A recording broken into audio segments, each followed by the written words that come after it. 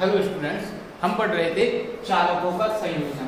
तो इसमें हमने ये देखा था कि जब हम दो चालकों को संयोजित करते हैं तो वहां पर उनके जो आवेश है उनका पुनर्वितरण हो जाता है और इस प्रक्रिया में ऊर्जा हानि होती है। तो अब हमारे पास में जो टॉपिक बचता है इसमें आवेशित चालकों के संयोजन के लिए हमने आवेशों का पुनर्वितरण लास्ट वीडियो में पढ़ लिया था। अब हम पढ़ने वाले हैं ऊर्जा हानि, एनर्जी लॉस, ऊर्जा हानि।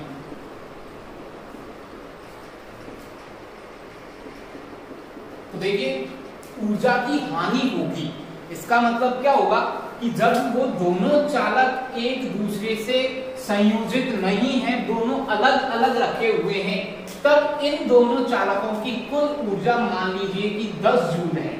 कितनी है? 10 जूल। और जब हम इनको संयोजित कर देते हैं किसी चालक तार के साथ में, तो इनकी ऊर्जा कम मिलनी चाहिए या ज्यादा मिलनी चाहिए? तो हम देख रहे हैं कि इसमें क्या होगी, ऊर्जा हानि होगी। इसका मतलब अब जो ऊर्जा मिलने वाली है वो इस 10 जूल से कम होनी चाहिए, चाहे वो 9 जूल हो, 8 जूल हो या फिर 9.9 जूल हो। इस 10 जूल से कितनी होगी? हमेशा कम होगी। तभी तो कहेंगे हम कि ऊर्जा की हानि हुई है। यहाँ पर देखेंगे हम तो यहाँ ऊर्जा की हानि हुई है 0.1 जूल की। यहाँ देखते हैं तो यहाँ ऊर्जा की हानि हुई है 1 जूल की। यहाँ पर देखते हैं तो यहाँ पर 2 जूल ऊर्जा की हानि हो रही है। तो इस तरह से हमें देखना है कि जो पहले ऊर्जा है और जो बाद में ऊर्जा है, वो बाद वाली ऊर्जा पहले वाली ऊर्जा से कैसी मिलनी चाहिए? कम मिलनी चाहिए। तो हम कहते हैं कि इस प्रक्रिया में ऊर्जा की हानि होती है। तो देखिए, हम देखेंगे कि पहले ऊर्जा कितनी है और बाद में ऊर्जा कितनी हो जाती है। तो पहले ऊर्जा कितनी थी? तो ये हमारे पास में दोनों चालक थे जिनकी त्रिज्या थी R1, धारिता थी इसकी C1, इस पर आवेश था Q1 और विभव था V1। ये दूसरा चालक था जिसकी त्रिज्या ले रहे थे हम R2, धारिता ले रहे थे C2, आवेश था इस पर Q2 और इसका विभव था V2। इस तरह से ये दो चालक हमने लिए थे और हमने आवेश वितरण के लिए इनका डेरिवेशन पढ़ा था। अब हम देख रहे हैं ऊर्जा के लिए। तो ऊर्जा के लिए देखते हैं, जब चालक संयोजित नहीं है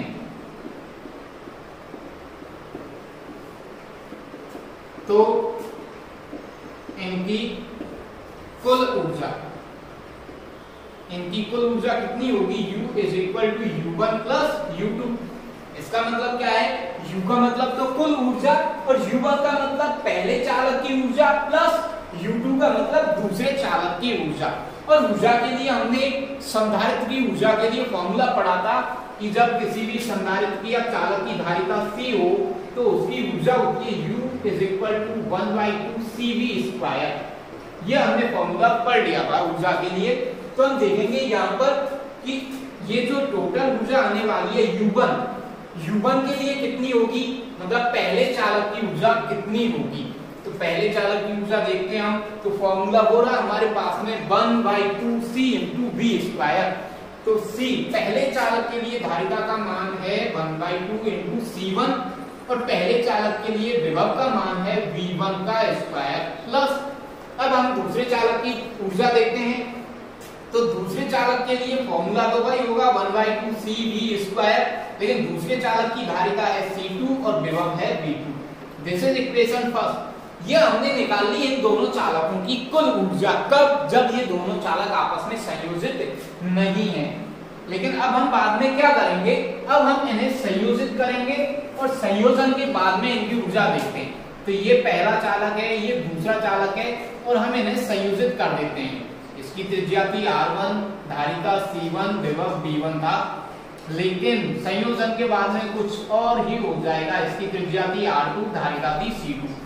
तो संयोजन के बाद में एक तो क्या है, इनका आवेश बदल जाता है, ये Q1' होता है, ये Q2' होता है। और इनके विभव की बात करें तो संयोजन के बाद में दोनों चालकों का विभव समान हो जाता है इस तरह से। अब यदि हम ये मान के चले कि यह चालक एक संधारित्र है और यह चालक भी एक संधारित्र है और ये दोनों संधारित्र आपस में जुड़े हुए हैं, तो हमने संधारित्रों के संयोजन के लिए दो क्रम देखे थे। एक देखा था हमने श्रेणी क्रम संयोजन और दूसरा देखा था समांतर क्रम संयोजन। तो हम ये मान रहे हैं कि यह पहला संधारित्र है और यह चालक दूसरा संधारित्र है। ये दोनों संधारित्र की तरह काम कर रहे हैं और ये जुड़े हुए भी हैं, मतलब इनका एक कॉम्बिनेशन भी बना हुआ है। अब हमें देखना है कि वो कॉम्बिनेशन कैसा है, पैरेलल है और सीरीज है, मतलब कि समांतर है या श्रेणी क्रम में है। तो हम देखेंगे कि जब हम दो संधारित्रों को श्रेणी क्रम संयोजन में जोड़ देते, इस तरह से जोड़ देते, तो क्या होता था, इस कंडीशन में इन सभी संधारित्रों पर आवेश का मान समान होता था। यही पढ़ा था हमने श्रेणी क्रम संयोजन के लिए कि सबके लिए आवेश का मान कैसा होगा, समान, लेकिन विभव अलग अलग होंगे। और जब हम इन्हें समांतर क्रम में जोड़ते हैं तो समांतर क्रम में जोड़े जाने पर ये सभी संधारित्र एक निश्चित विभव पर होते हैं या एक निश्चित विभवांतर पर होते हैं, और ये विभवांतर इन दोनों बिंदुओं के बीच का है, और इसलिए ये तीनों संधारित्र एक समान विभव पर होते हैं, लेकिन इनके लिए आवेश का मान अलग अलग होता है, Q1, Q2, Q3। अब हम यहाँ पर देखें कि ये जो कंडीशन बनी हुई है ये ऐसी है या ऐसी है, तो हम देखते हैं कि श्रेणी क्रम है या समांतर क्रम संयोजन है ये। तो हम यहाँ देख रहे हैं कि इनका विभव कैसा है, दोनों चालकों का समान है, और समान विभव कौन से संयोजन में होता है, तो समान विभव होता है हमारे पास में समांतर क्रम संयोजन में। और समांतर क्रम संयोजन का फॉर्मूला होता था C = C1 + C2, उसको ऐसे लिखते थे हम C पैरेलल, मतलब समांतर क्रम संयोजन की तुल्य धारिता या कुल धारिता = C1 + C2 + C3 + so on। जितने भी संधारित्र हम जोड़ेंगे सभी की धारिताओं का हम ऐसे योग कर देते हैं। तो ऐसे ही यहाँ पर हमने ये दोनों चालक जोड़े और इनकी कुल धारिता निकालनी है। तो संयोजन के बाद कुल धारिता कितनी होगी, संयोजन के बाद पूरे निकाय की, ये पूरा एक निकाय बन गया, पूरा एक सिस्टम बन गया दोनों को मिलाकर के, तो पूरे निकाय की धारिता कितनी हो जाएगी, तो ये होने वाली है = कौन सा फॉर्मूला यूज करेंगे हम, तो हम वो यूज करेंगे समांतर क्रम संयोजन वाला फॉर्मूला, और वो होगा C = C1 + C2। क्यों, क्योंकि यहाँ विभव समान है, क्योंकि यहाँ विभव समान है,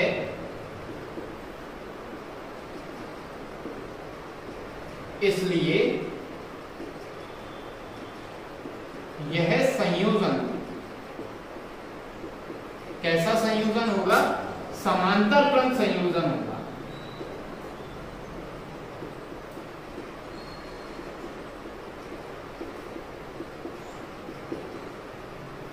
तो ये तो हुई इनकी कुल धारिता कितनी, C1 + C2, और विभव कितना है यहाँ पर V। तो हमने निकालनी है इन दोनों की कुल ऊर्जा। हम यही तो देख रहे हैं कि जब हमने इनको नहीं जोड़ा है तब ऊर्जा कितनी है, और जब हम इन्हें जोड़ देते हैं तब ऊर्जा कितनी है। तो जोड़ने के बाद ऊर्जा निकालनी है, अतः संयोजन के बाद ऊर्जा,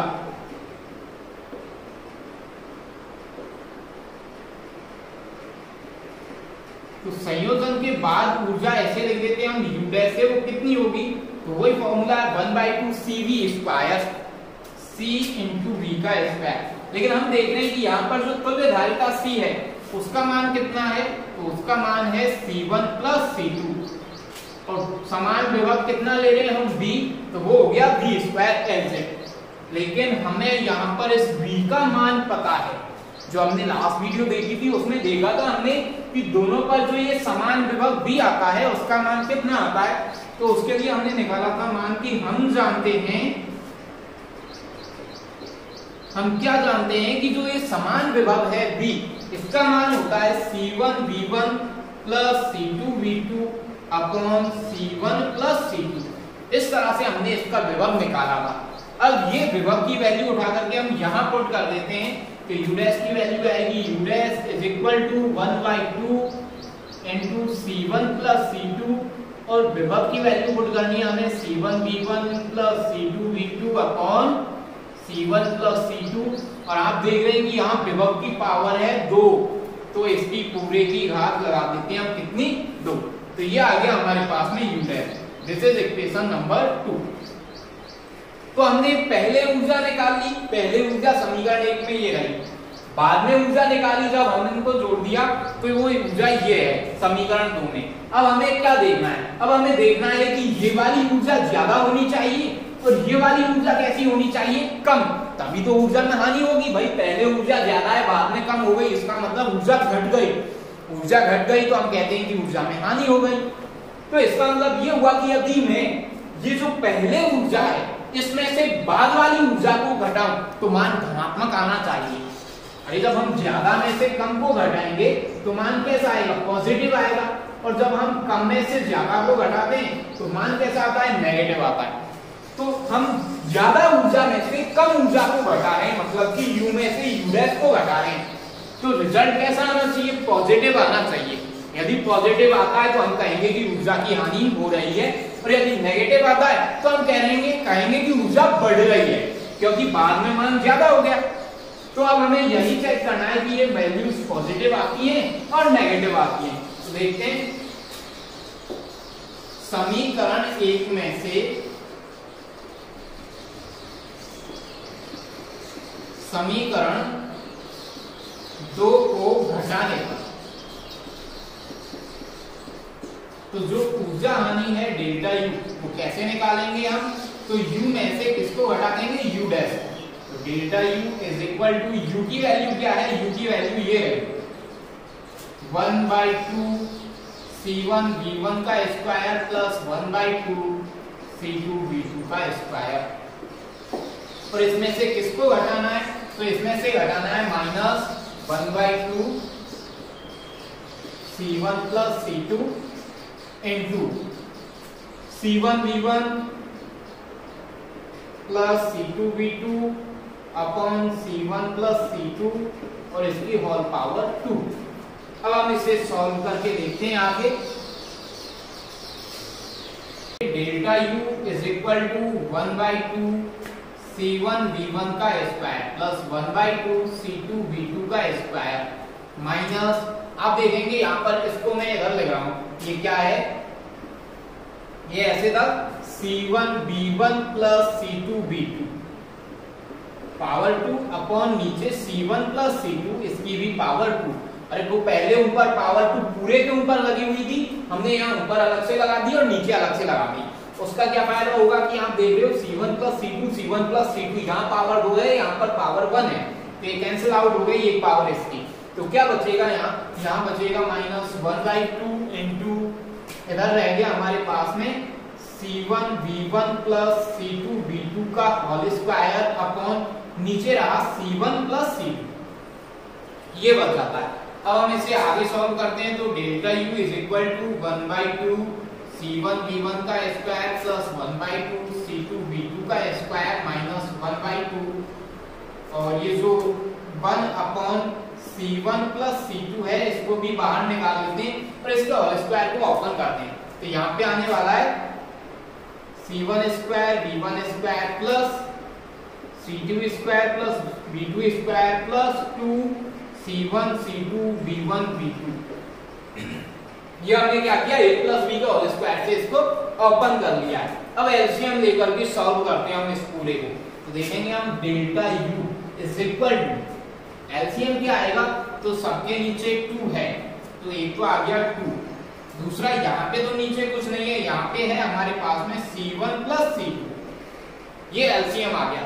अब हम इसको डिवाइड करते हैं, 2 से 2 कैंसिल आउट, तो C1 plus C2 C1 V1 square के साथ में मल्टीप्लाई होगा।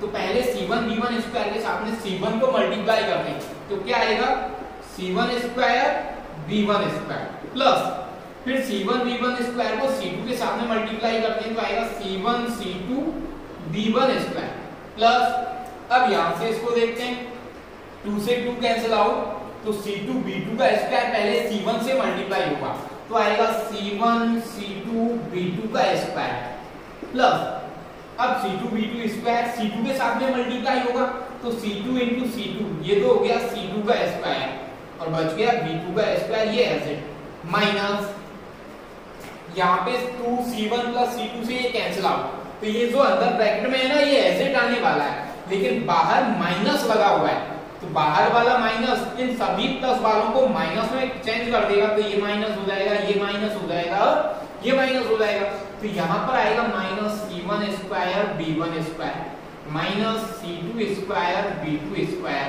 Minus 2C1 C2 B1 B2।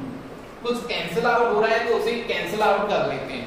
तो बिल्कुल C1 B1 का स्क्वायर और C1 B1 का स्क्वायर कैंसिल आउट। फिर यहाँ से देखते हैं हम, तो C2 B2 का स्क्वायर और C2 B2 का स्क्वायर ये कैंसिल आउट। तो क्या बच गया अब हमारे पास में?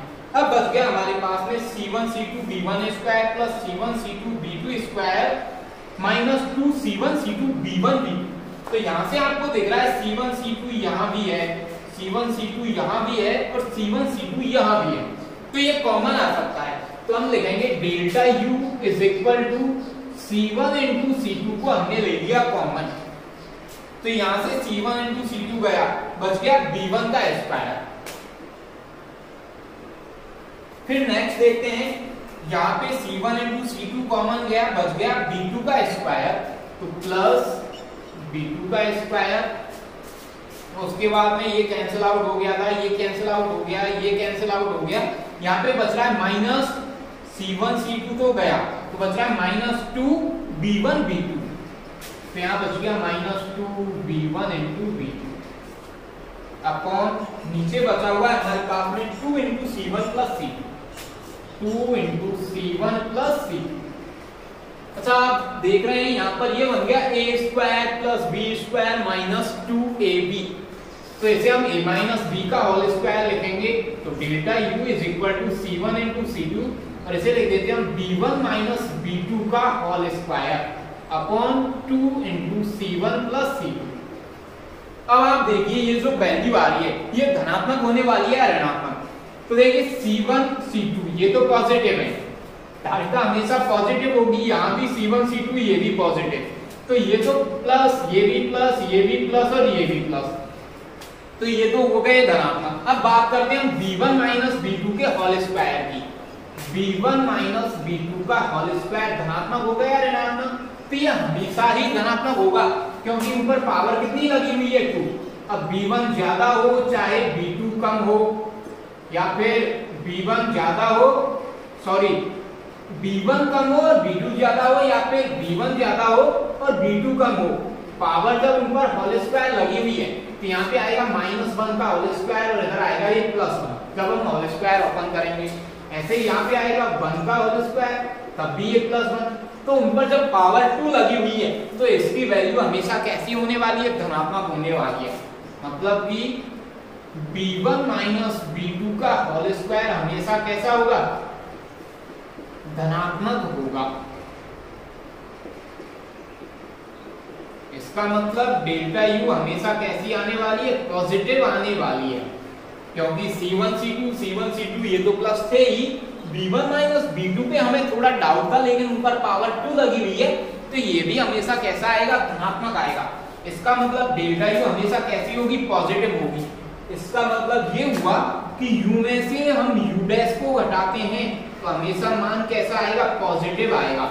इसका मतलब U is greater than U dash, मतलब कि ये जो पहले वाली वैल्यू है ये ज्यादा होनी चाहिए और बाद वाली जो वैल्यू है वो कैसी होनी चाहिए? कम। इसका मतलब संयोजन से पहले ऊर्जा, संयोजन से पहले ऊर्जा कैसी होगी? ज्यादा होगी, संयोजन के बाद ऊर्जा।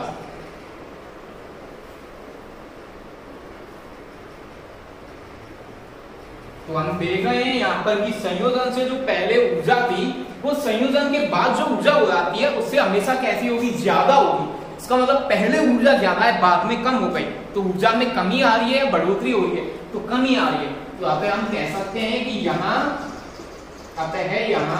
ऊर्जा की क्या होगी? हानि होगी। अतः यहाँ ऊर्जा की हानि होती है।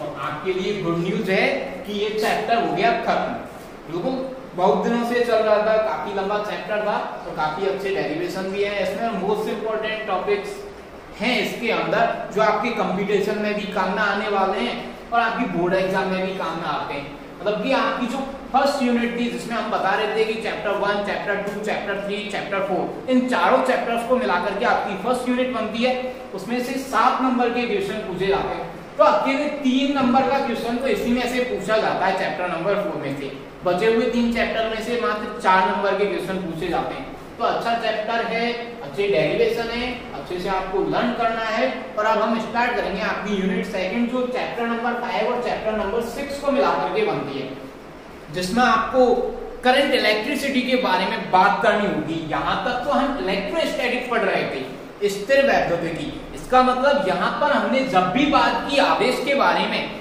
तो वो आवेश हमने स्थिर माना है, लेकिन अब हम उस आवेश को कैसा मानेंगे, गतिमान मानेंगे। वो एक समान वेग से अब गति करेगा, कभी वायर में दौड़ेगा, कभी विभव मापी में, कभी मीटर सेतु में। तो इस तरह से तो हम उपकरणों की बात करेंगे। उसके बाद में धारा मापी कैसे बनाते हैं हम, तो ये सभी चैप्टर नंबर 5 और चैप्टर नंबर 6 के अंदर देखने वाले हैं।